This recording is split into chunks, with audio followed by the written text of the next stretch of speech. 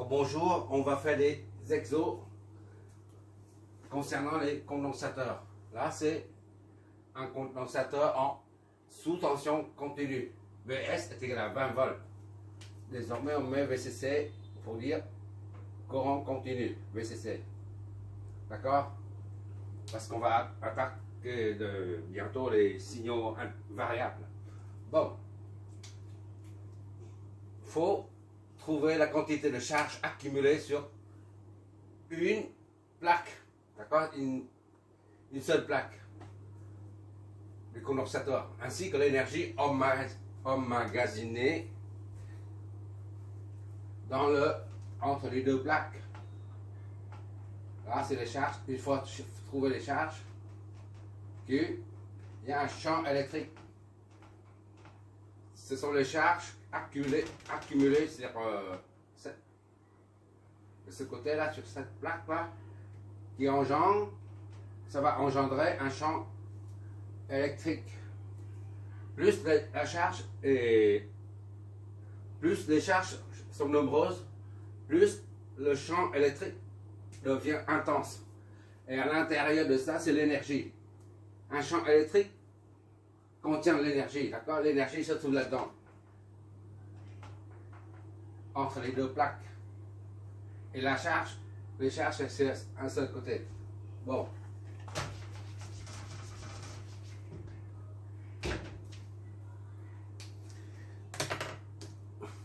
On a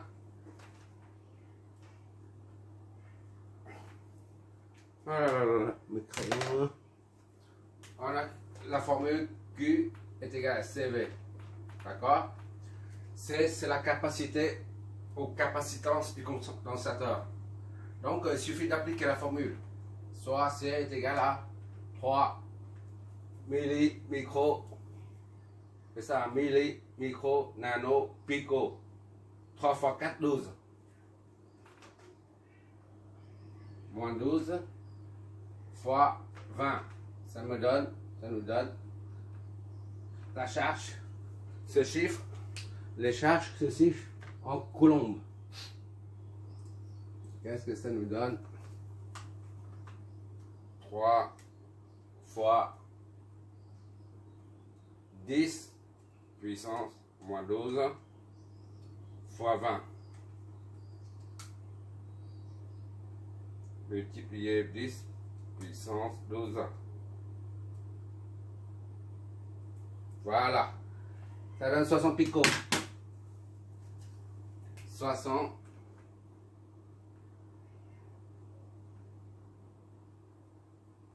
milli, micro, nano, milli, micro, nano, pico. 4 fois 3, ça fait 12. 60 pico. Enfin, coulomb. Ça, c'est la première chose. Je mets du vert. Je crois pas que ça se voit avec le vert là, vu la lumière. Bientôt, j'aurai du rouge.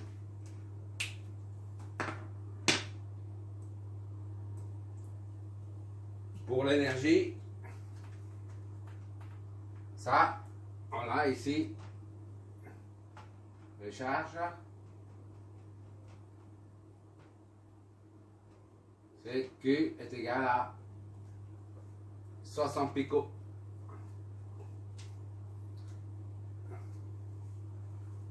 Comment? On a dit pico coulomb, pico. Voilà. Ça, ce sont les charges. Une seule plaque. Maintenant, on cherche l'énergie dedans. D'accord? Deuxième plaque. Ah, c'est le fil conducteur, le courant qui arrive. D'accord? Tout ça, c'est Q. La charge. Et ça, c'est... Voilà. L'énergie, c'est quoi? L'énergie, c'est Q au carré sur 2C.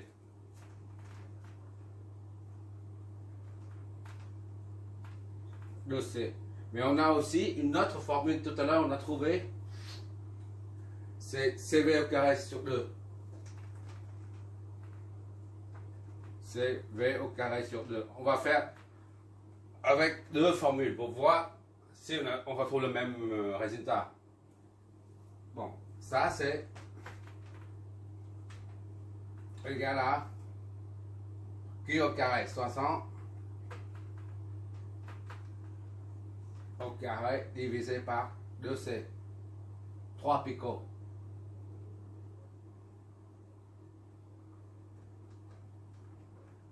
Voilà.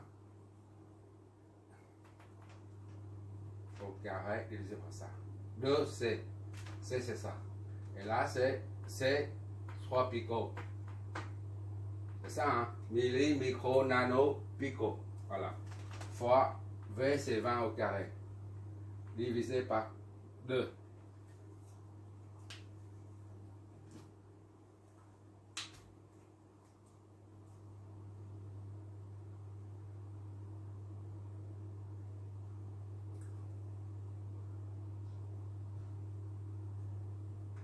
Soixante.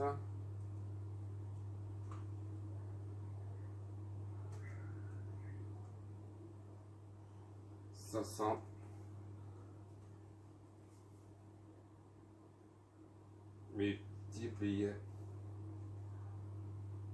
60 multiplié par 10 puissance moins 12, le tout au carré divisé par 2C, 2 fois 3, 10 puissance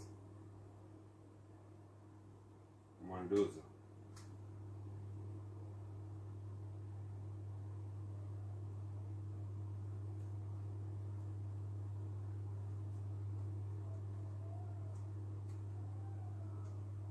« 600.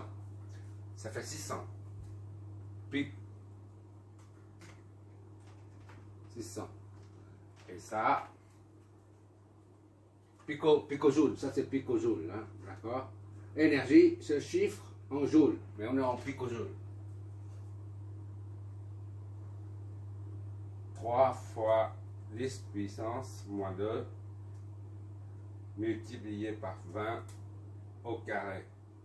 Le tout divisé par 2 fois 10 divisé par 2 fois 10 puissance 12.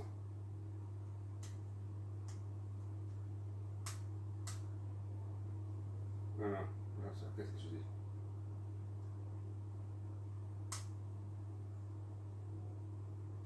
Moins 12 au carré, 20 au carré divisé par 2, la formule.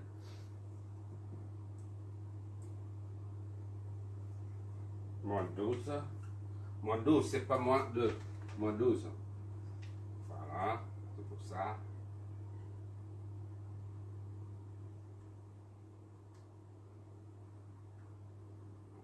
Multiplié par 10 puissance 12.